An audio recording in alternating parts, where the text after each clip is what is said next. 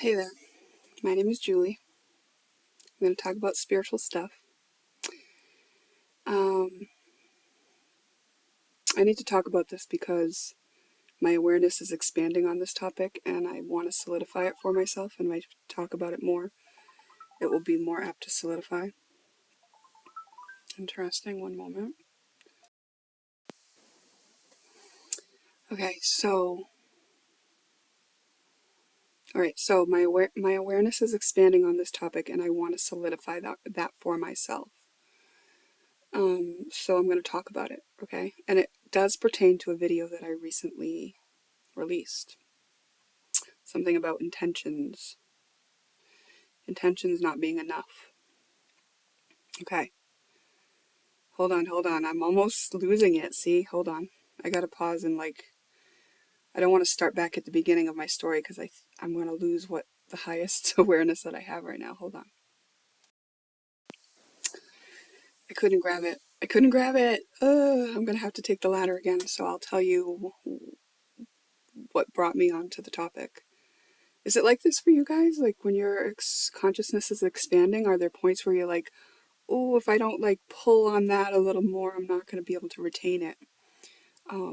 Because it's always been that way for me. I'm always pulling up, onto my, like, letting my awareness expand, and then there'll be a thread right there, and I'll be like, oh, and you pull yourself up a little, and you can see way bigger, and then you can't quite hold yourself there, so now you're down again. It's like that for me. It's like, oh my gosh, I see it so clearly, and then it's my consciousness can't even hold it, so I'm sunk back down a little bit. That's okay. I know how I got there, so let me retrace those steps at least and catch you up on what the hell I'm talking about. What the hell I'm talking about? That's funny because that's what it is. It's like pulling yourself out of hell, right? Because these infinitely looping loops, the loops of energy can keep you there forever, infinitely. And so breaking out of them is what frees you. And that feels good. Okay, so the hell I'm talking about is this. On that video I released about intentions not being good enough, I was saying that I learned this lesson about there was someone in my life who, they have good intentions, but I just kept feeling let down because whatever their intentions were didn't matter, because they would never make the decisions you would need to make to follow up and follow through with good intentions, you know? And so I was finally just all right, well, I'm just going to give up on this person. I can't expect that they are going to live up to their good intentions. And if they have good intentions and they don't know how to follow through on good intentions, I can't keep expecting them to. Now, I said all this. I don't know if I used the word expectations, because expectations is usually something that I steer away from. Why? Because expectations doesn't really feel good. When someone puts expectations on you, don't you kind of want to rebel against them? Don't you kind of want to do the opposite? Don't you kind of want to never ever do what they expect of you? Well, my soul has always felt that way. I I'm very rebellious against people's expectations, and it just doesn't feel good energetically. And I've kind of realized why. So here's how. I am following a woman on Facebook called Wanda Vitale. I don't know her personally. I just follow her page. She is a spiritual teacher. And she makes posts, right? And so she made a post about intention. What did she say? Intention sets... I forget what she said. See, it's going to leave my consciousness.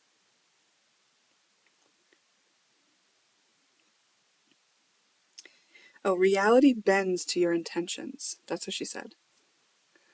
And I, for some reason, for the first time in a long time, felt comfortable enough to ask a question, to be vulnerable enough to say, I don't know something. Which, there's plenty I don't know. And I will say in general, I don't know things, but I usually will not ask somebody. because I've just grown up with a coping mechanism that if you ask somebody, then they know a vulnerability about you, and then they may use it against you. And now that I know what I know, apparently I grew up with a bunch of programs that were self-destructive, self-sabotaging, and against myself. That will make sense in a minute. Put that aside. Okay, my whole fabric of reality is sort of unraveling right now on this topic. Just this topic was kind of holding it in place. I'm going to kind of come down and center for a minute so I can actually articulate, and this video will be worth your while. Remember, this is just information to reflect on. You get to decide if it's relevant to you at this time or not. And basically I say to this woman on her post, I feel super unclear about exactly how intentions and expectations function energetically.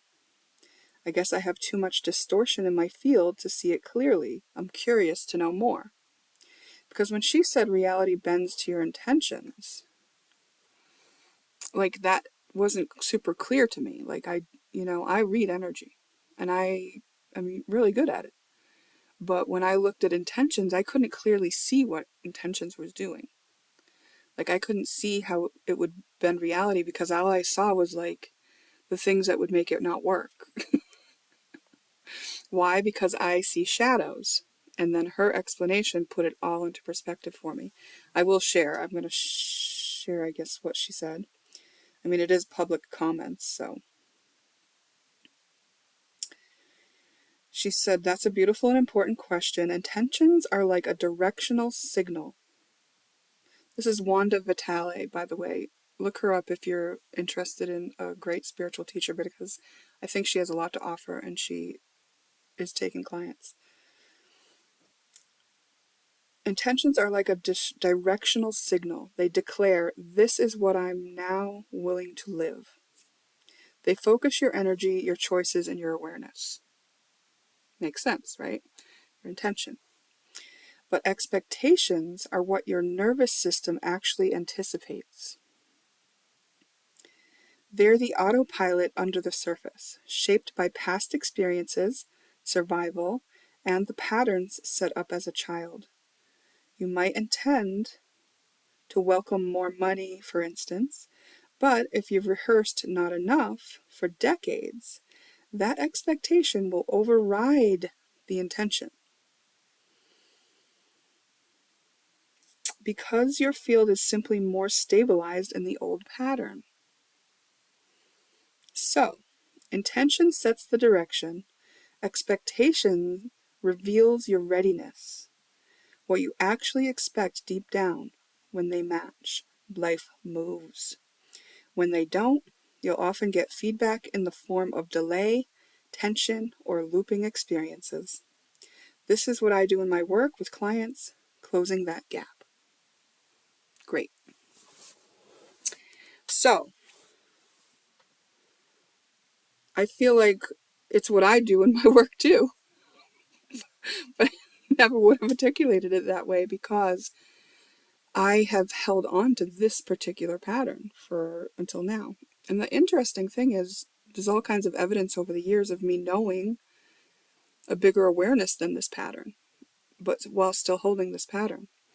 So it's kind of like I'm down in the trenches just on this pattern, but there are other topics where I can see how it works. But not this one, because this one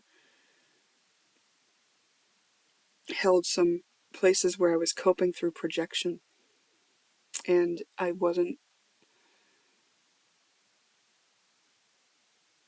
able to recognize that until this conversation with her. So you need people to reflect off of, So I say that was helpful. Thank you. I'm wondering what happens when we project our expectations. This is what I said, onto others. So if it's just a projection of our own practiced habits on a topic, that explains why it doesn't feel good to the other. You know how I'm always saying we shouldn't expect of others in relationship, right? And that's because it doesn't feel good, because what she's saying expectation is that it's your own shadow and the practiced habit of how you are. So you're taking that and you're saying, this is where I see that in you. I expect of you because this is what my practiced habit is. I wonder it doesn't feel good to people, especially if it's not purified.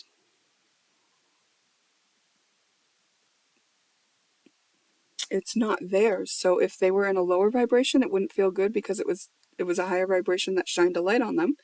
And if they were in a higher vibration, it wouldn't feel good because it would be lower than them, and it would be energy that doesn't feel good. So, oh, that's why you make agreements, so that you meet each other and you go, oh, this is where I'm at and this is where I'm at. And then whatever you agree to show up like is something that is come to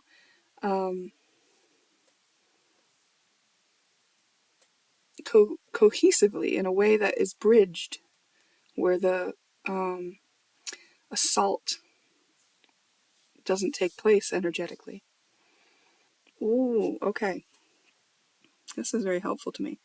So then I say, so if it's just a projection of our own practiced habits on a topic, that explains why it doesn't feel good to the other to be expected of. Whereas our intentions towards others show what direction we are setting forth in. And when someone else has certain intentions that are in favorable direction, but they don't seem to follow through or back up the intention with supporting behaviors, it just means that their inner expectation, practiced habits, do not yet support their intention. And I say, yes, that brings it full circle for me. Thank you so much. I recently had to surrender my undying expectation that since someone else has good intentions, I should always make myself available to them despite the repetitive, unwanted results I did not prefer to be involved in. LOL, I can see how my confusion about these topics had kept me looping in that. Without the full understanding of what was happening energetically that I now have, thanks to you, I would have had to learn that lesson again with someone else, because I had only concluded that good intentions are not enough for me to stay involved indefinitely. But I would have had to go more rounds to find out if the next person's intention was enough or not. Now I can simply consider these factors to help me discern. Wisdom, I appreciate you sharing yours so much. And then when I pressed post on that, right, I actually went outside, put my feet on the ground, did some grounding, saw the beautiful sunset, took some pictures of it, and sat down to relax. And what I started to realize was like, oh, I said it myself, that I was projecting my expectation onto them. Meaning this person who had good intentions, and I decided that's not enough for me. I was actually projecting my expectation onto them that whatever they were going to do was not going to be enough. And therefore, they continuously showed up that way. Because I held them in that place repetitively, relentlessly, infinitely, undyingly. I expected them to show up as falling short. That's what the loop was about. That's where the expectations came from, me. Because it was even my expectation of what their intention was. I don't really know what their intention is, if it's good or bad. I don't really know what their expectation is. All I know is my own. And how they show up will reflect back to me my own. So then she says, yes. Oh no, so then she says, she quotes me, back to me. She says, I recently had to surrender my undying expectation that since someone else has good intentions, I should always make myself available to them, despite the repetitive, unwanted results I did not prefer to be involved in. And then she said, so it's your boundaries. I can only share my own experience as well as clients. Everyone is a separate point of consciousness, and the version of them we experience is the version we project onto them. Like the actor in a play for whom we create lines and a storyline.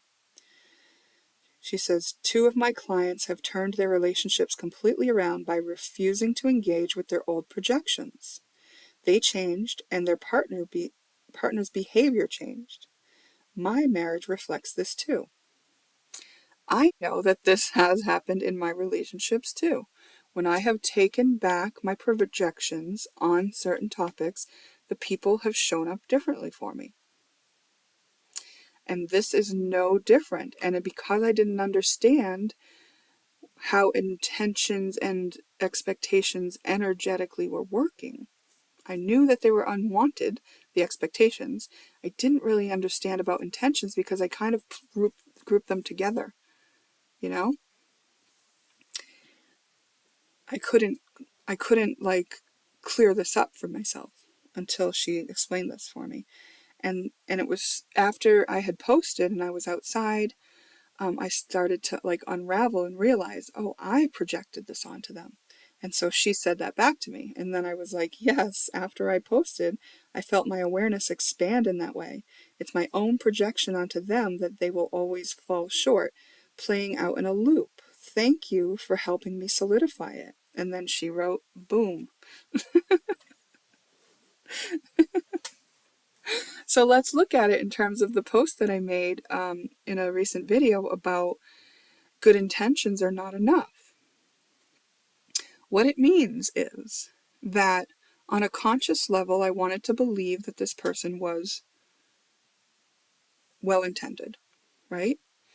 And then on an unconscious level, I did not believe that this person would act good, even though that they wanted to.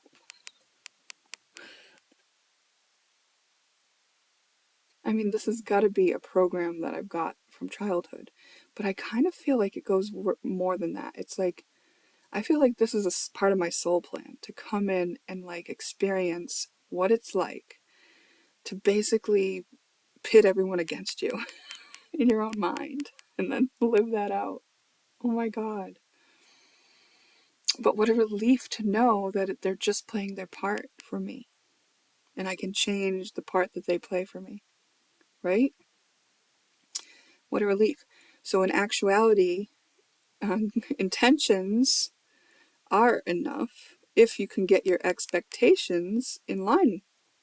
If you can break the habit of being how you were in contradiction to the intentions.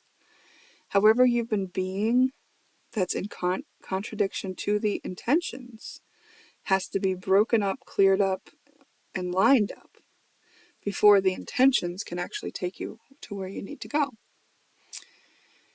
It's the practiced vibration of your subconscious, of what's in there, that's actually being shown back to you. So when I experience somebody who's like, on the surface, all well and good, it seems like they're a good person, that they want the best, but then like they keep showing up in a way that's like falling short, making more work for me, making me like surprised that they're not actually making a different decision that would be towards the good intention that they have. You know, all these things that are like surprising to me and like disappointing to me. It's like I am projecting surprise and disappointment onto others and saying it's their fault. They're the ones surprised and disappointed. You know, just disappointing. So this makes sense to me because in my younger years, before I knew about spirituality or started to unravel things for myself and understand myself better, it was one of the triggers that I had was change of plans and unexpected things would trigger me really bad. And I had a big trigger around it. Like, I would kind of freak out a little and get really mad, and I would even like lash out at somebody else because I didn't want them to be changing the plans. And what really happened was, when they changed the plans, I'm no longer in control of my environment, and in being in control of my environment was how I coped. Like, as long as nothing surprises me, then I can deal with this. So surprise has been a real big trigger for me in my life. I have not done well with surprise at all. And yet I experience it over and over and over again. So I'm getting really good at processing surprise. Ooh, yeah. And so I've come a long way. I will give myself that credit. I'm no longer practicing the vibration of lashing out when I'm surprised. But it does still affect me, like, as like kind of a hurt. Interesting. And so what this is actually doing for me is unraveling a lot of life stories, you know, because with this out of the way, and I can kind of just see how, if I'm creating it all, I can see the themes more clearly of what I've been creating, right?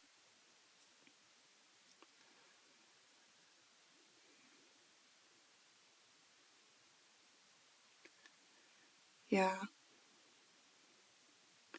And so what this gives me a nice out too, because now I've acknowledged that.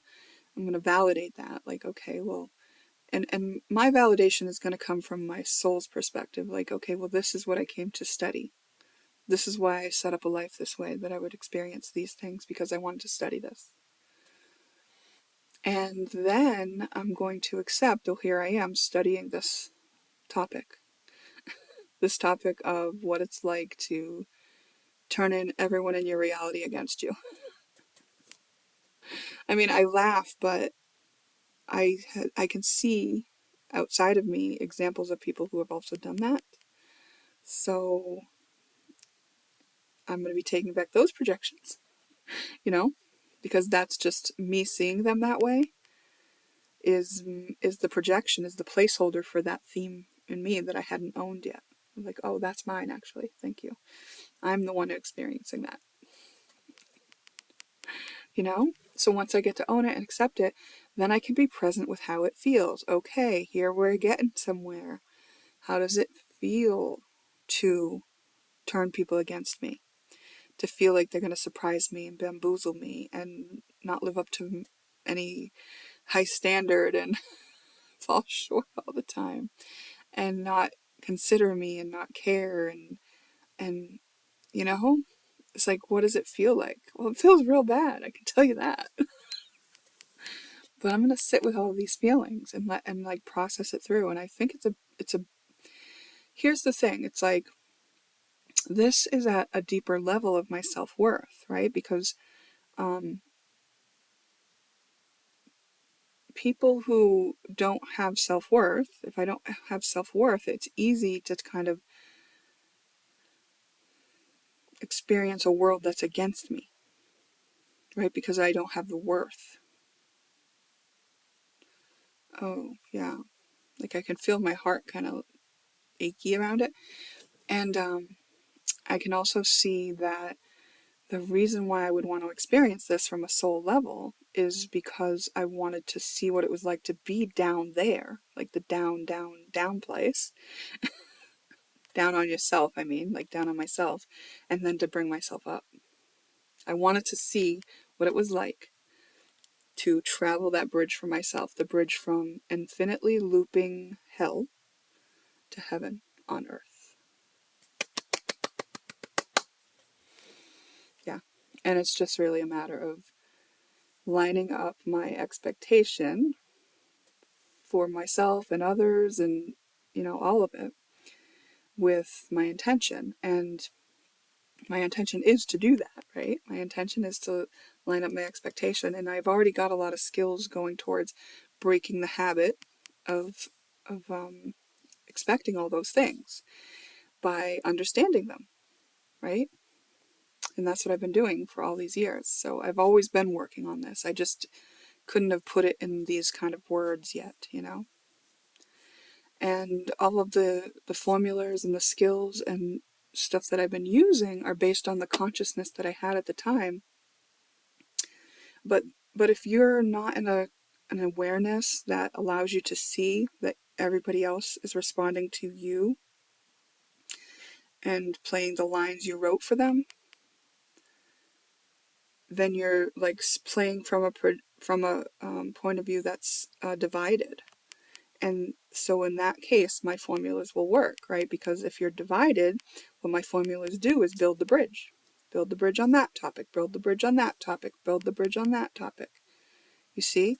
And with all the bridges built on each topic, then the awareness can expand to that bigger knowing of like, oh, this is all just me. I created this. I created this. I created this. And it's funny because I did just post on Facebook some pictures of the sunset. And I said, our mother made an art show for us.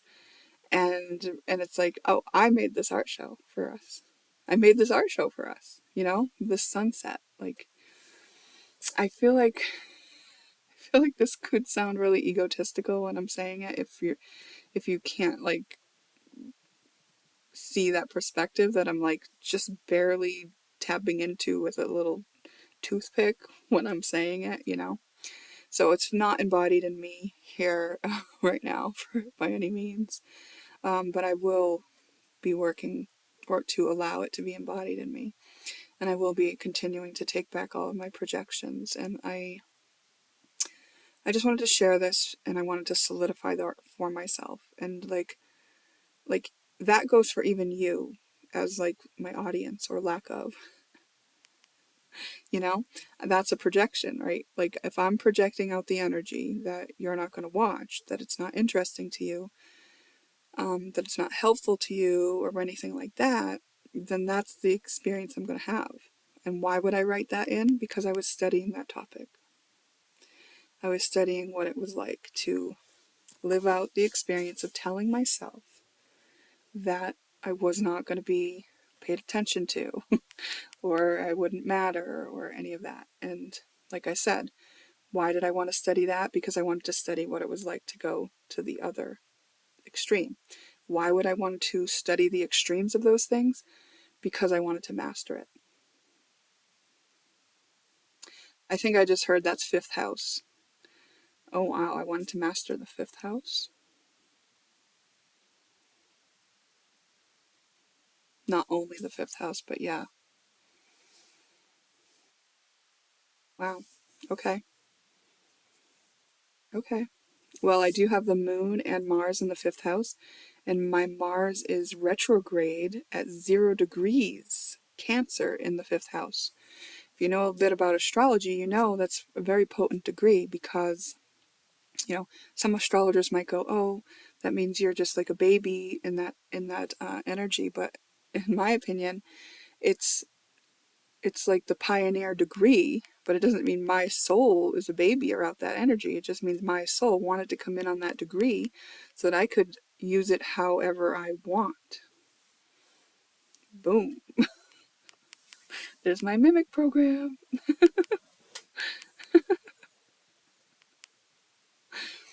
I mean, I want to embrace it though, right? Like I'm here to own all the aspects of me, all the parts of me that feel insecure, the parts of me that feel beautiful, the parts of me that mimic others, the parts of me that think others aren't very interesting, the part of me that thinks I'm not interesting, the part of me that thinks I am very interesting.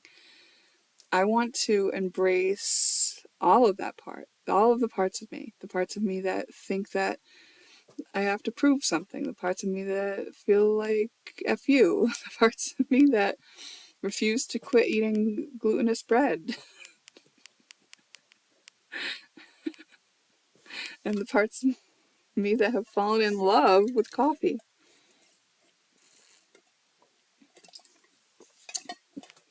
I've been drinking, I used to drink water, but I have been on coffee for, I don't know, a couple months. I just wondered if my teeth got brown from the coffee. I know it can stain them. I am missing some teeth. And that is something I would like to alleviate at some point here. So I probably will do it. Maybe I'll write that into my reality. No. All right. So this was, I don't know how helpful this will be, but it's real. It's me. This is what it's like for me, you know? And meanwhile, I made this deadline for me for my project. I said I would release it on the 20th. It is right now the 17th. So I've got 3 days. Oh my God. And meanwhile, I have so many other responsibilities that I can't just like put aside to like work on this. I'm on 4 hours sleep for the past 3 nights. And let's see, it's only 8:30, 9:30. I have another 6 hours, I would say, to work on it today. So that's going to put me at a good position. And maybe I'll feel a lot better about my release date by the time I go to sleep tonight. Yeah, that's the plan. I'm really excited for my release date. And the part of me that goes, well, what does it matter anyway if I contribute this tool to society or not? That part of me, I'm going to just like make sure she like feels loved and understood and accept her and be present with how she feels, which is scared to fail again. You know, I've started up 29 businesses, not had much success, so it is a practiced thing. But this means a lot to me because I've never put like this into it. Like what I, like what I had to do to accomplish this was a lot of stuff I had not put effort in these ways before. So I feel like the fruits of my labor will be delicious on this one. And I am going to allow the world to reflect that back to me. Because I've experienced what it's like on that low end. Now we're reaching, going there. Okay, come with me, please.